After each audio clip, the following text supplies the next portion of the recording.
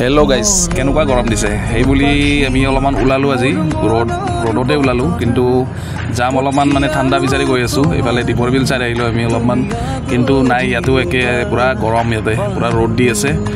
আৰু চাওঁ ইয়াৰ পৰা আৰু কোনফালে যাব পাৰোঁ বোলো। আগত কপিলি আছে, কপিলিলৈকে যাওঁ বুলি ভাবিলোঁ আমি গোটেইকেইটাই, আৰু লগত আছে লগৰকেইটা, বহুত দিনৰ মূৰত লগ পালোঁ। আৰু এয়া আহি পালোঁ আমি কপিলি, আৰু কপিলিত সোমাই দিলোঁ। সোমাই গৈ আছোঁ, প্ৰায় মেইন ৰোডৰ পৰা 3-4 কিলোমিটাৰমান সোমাব লাগে, আৰু মেইন গেটখন পালোঁ আহি, কপিলি ৱেলকাম গেট।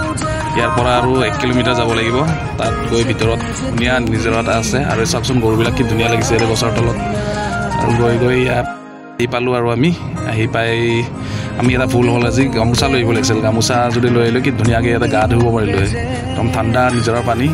তাৰপিছত আৰু লাহেকৈ এতিয়া অলপ টাইম 1 ঘণ্টামান থাকিলোঁ আমি, থাকি এতিয়া লাহে লাহে ওলাই দিওঁ আৰু ইয়াৰ পৰা আমি।